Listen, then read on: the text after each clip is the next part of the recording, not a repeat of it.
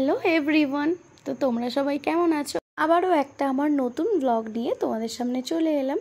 আর next দিন দেখো ready হয়ে গেছি, কারণ বাড়ি আসতে হবে, কারণ মেয়ের এক্সাম। আর মাকে আসার সময় বলে এসেছি আমি 2 সপ্তাহ আসবো না, কারণ মেয়ের এক্সাম আছে, আমি এখানে যাওয়া আসা করবো না। তো বলে তো দিলাম, জানি না কদিন থাকবো বা কী বৃত্তান্ত, কারণ এখানে আমার আসতেই হয় প্রতিটা কাজে। আর আমার মেয়ে ভীষণ বায়না করে মামবাড়ি আসার জন্য। আর শ্বশুরবাড়ি আর বাপের বাড়ি দুটো পাশাপাশি হওয়ার সুবাদে মন করলেই চলে আসি। আর যারা বছরে একবার আসে কি 2 বছরে একবার যারা বিদেশে থাকে, তো তাদের কথাও ভাবি তারা কি করে থাকে। তো যাই হোক, আর এই একটা আমার প্রতি সপ্তাহের টেনশন, বাড়ি আসা বলো বা বাড়ি যাওয়া, একটাও টোটো পাই না। তো মাঝে মাঝে তো মনেই হয় একটা টোটো কিনে নিই, যে ভাড়া খাটিয়ে দেবো, আবার নিজেও চড়তে পারবো। আজকে একটুখানি ছোট্ট একটা ব্লগ করছি। 2 দিন ব্লগ করি না, আর কিছুদিন ব্লগ আপলোড করতে পারছি না, কারণ পুরনো ব্লগ পড়ে রয়েছে, নতুন ব্লগ তাই আর বানাচ্ছি না। ফোনে অসুবিধা হচ্ছে স্টোরেজের। তো আমার যেহেতু স্কিনের ডাক্তার ওষুধ দিয়েছে, তো তার মধ্যে অ্যালার্জির ওষুধ আছে। এবার সেটা খেয়ে এত ঘুমাচ্ছি, কালকে খেয়েছি, সারা দিন ঘুমিয়েছি, আজকে সারা দিন। তো এখন একটু বেটার আছি, এই আধ ঘন্টা 1 ঘন্টা হলো একটুখানি ঠিক আছি, লাগছে স্টেবল। আবার তো খেতে হবে, পুরো 15 দিনের ওষুধ দিয়েছে, সেটা খেতে হবে। তো এত এমনিও তো আমি ঘুমাই, তার মধ্যে মানে আমি চোখ খুলতে পারছি না, গা হাত পা ব্যথা, অসুস্থ মতো মনে হচ্ছে নিজেকে। তার জন্য আজকে ব্লগ আপলোড করতে পারলাম না। 2-3 দিনের ব্লগ অলরেডি জমে রয়েছে, কি করব বুঝতে পারছি না, কালকেও কি হবে। তো যাই হোক, একটা ভালো খবর তার মধ্যে দিই।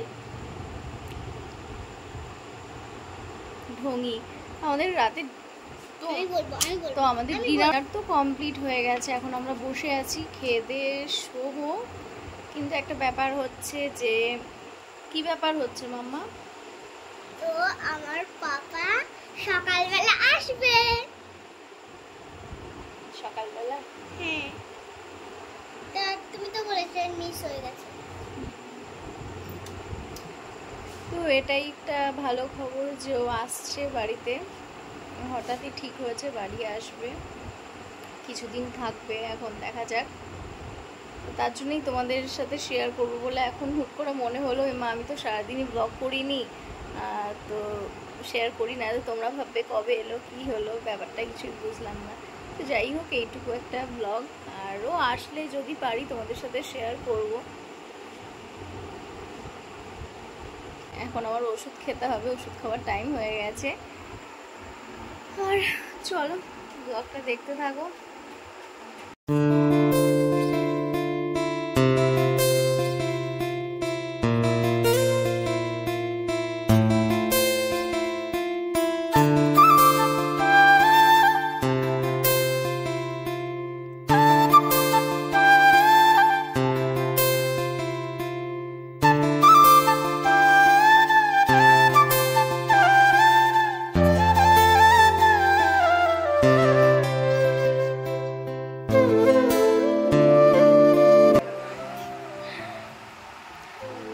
আমরা 3 জনে মিলে এখন যাচ্ছি, রেডি হয়ে গেছি, কারণ ওই বাড়ি যাব।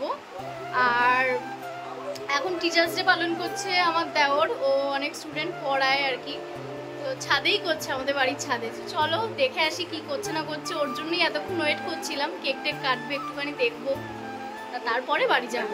চলো যাওয়া যাক।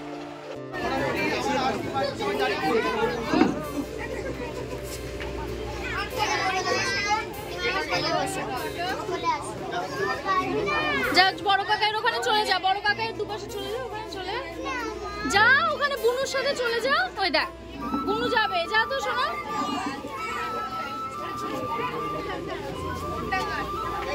এই চেয়ারগুলো সরাই গেল।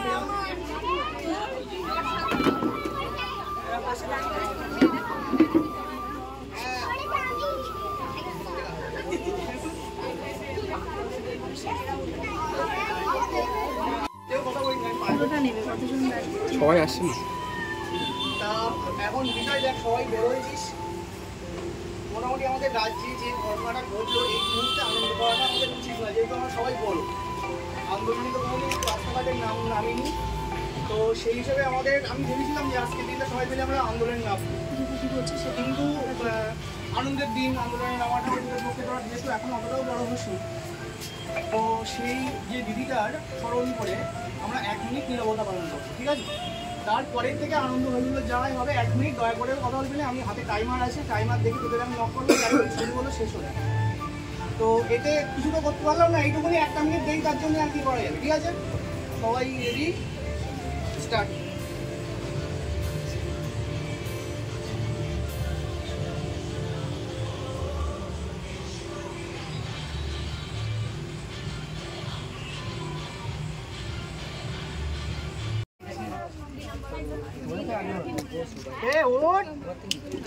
কেক কাটা হচ্ছে, সবাই বাড়ি চলে আয়।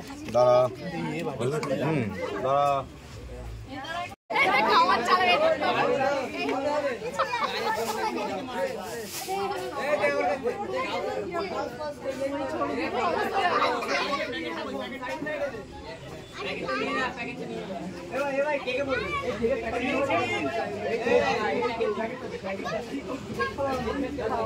ওটাও ভালো তো, কাটতে দিচ্ছে ধুবুকে, নাহলে ওই কেটে দিত। ওরে নিয়ে ছুরিটা ধুবুর হাতে দেয়, এতক্ষণ কখনো কেক কাটা হয়ে গেছে।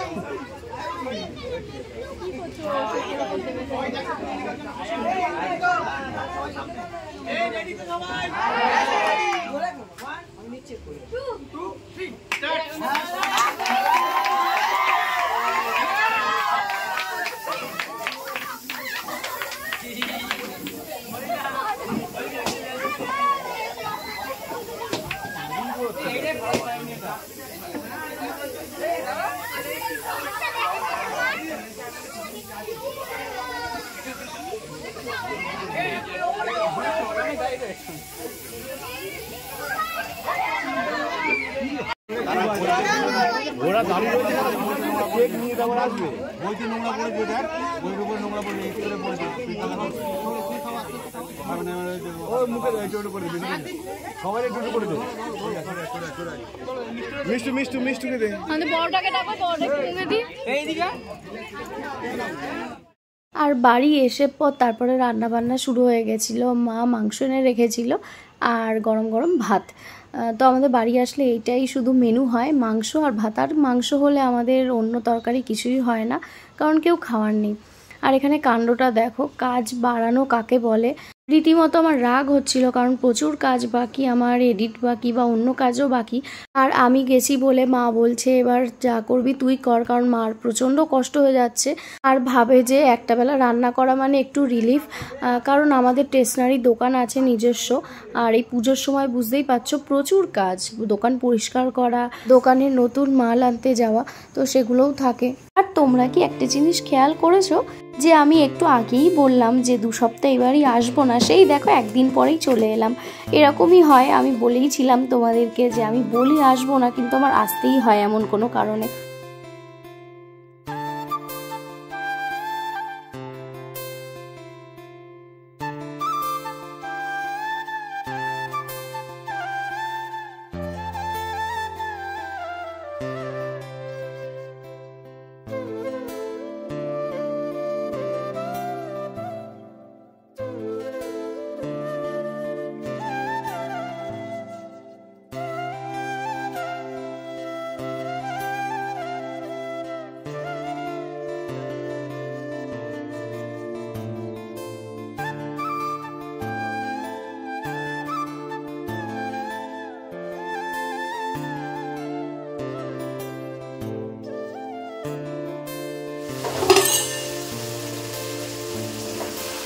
আস্তে করে দাও, জল জল জল শুধু ছিটছে, জল লাগবে না, আমাদের আস্তে করে দাও।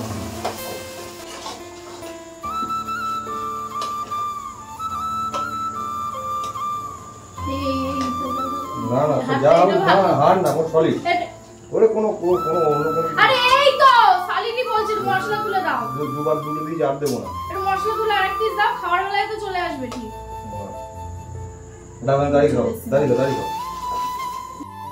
তোমরা তো জানোই যে আমি কষা মাংস খেতে কতটা ভালোবাসি, কিন্তু ঝোলের মাংস আমি একদমই খাই না। তো যাই হোক, মাংস নিয়ে বসে তো গেছি। আর এখানে আমার এসিটা একদমই কাজ করছে না, একদমই ঠান্ডা হচ্ছে না, ঘর ভীষণই গরম পড়েছে আবার এই কদিন। আর কাজ করবেও বা কী করে, এসিটা নেটটা বার করে দেখা গেল প্রচণ্ড ধুলো পড়েছে, মানে একদম ভরে গেছে, যার জন্য আর ঠান্ডাটা হচ্ছে না। আর এখানে তো তোমরা দেখতেই পেলে নিজে মাংস দিচ্ছিল না আমি খাবো বলে, আর এখানে দেখো নিজেই বসে গেছে, কারণ কষা মাংস খেতে আমাদের বাড়ির সবাই কম বেশি খুবই ভালোবাসে। আর ও বেশ রান্নাটা বেশ ভালোই করে, মানে চিকেনটা স্পেশালি একটু লাল লাল ঝাল ঝাল, মানে এরকম যারা খেতে পছন্দ করো তাদের ভীষণ ভালো লাগবে। আর কষাটা বিশেষ করে এইটা ভীষণ ভালো লাগে।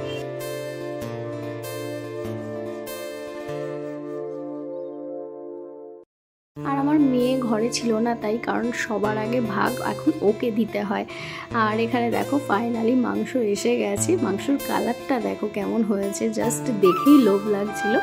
আর তারপরে সবাই দেখো খেতে বসে গেলাম, কারণ অনেক রাত হয়ে গেছিলো, খাওয়া দাওয়া করে নিচ্ছিলাম। কারণ আমরা বাড়ি গেছিলামই 9টা সাড়ে 9টা নাগাদ, তো তারপরে রান্না করে খাওয়া মানে বুঝতেই পারছো কতটা রাত হয়ে গেছে। আর নেক্সট দিন আমার একটু বেরোনোর ছিল, কারণ মেয়ের স্কুলে যেতে হবে, আর কোথাও বেরোনোর নাম করলেই না আমার ভীষণ টেনশন হয়। যেহেতু মেয়ের এক্সাম শুরু হচ্ছে, তো তার জন্য অ্যাডমিট আনতে যেতে হবে। তো মেয়েটাকে বাড়িতে রেখেই যাচ্ছি মার কাছে, কারণ স্কুলে কতক্ষণ লাগবে আমি জানি না, আর ও গেলে ভীষণ ডিস্টার্ব করবে। আর যেহেতু অটো করে যাব আসবো, আর অটোতে মাম্মামের খুবই প্রবলেম হয়, টোটোতেই ও বেশি কমফোর্টেবল, নিজের মতো একটু থাকতে পারে। আর তা নয় তো প্রচণ্ড ঘ্যান ঘ্যান করে, একটু কষ্টই হয়। এখন একটু বেশি আমি নিশ্চিন্ত থাকি, যেহেতু আমার মা তো আছেই, আর আমার মার সাথে সাথে আর একটা বোনও থাকে আমাদের বাড়িতে। আর সেই কারণে আমি এই টুকটাক কাজগুলোতে একটু বেরোতে পারি, নয়তো ও পিছন ধরতোই ধরতো। তো চলো আগে স্কুলে যাই, তারপরে দেখি ওখানকার অবস্থা কি। আমার তো নিজেরই ভয় লাগছে, কারণ একটু লেট হয়ে গেছি আবার। তো চলো আগে যাওয়া যাক।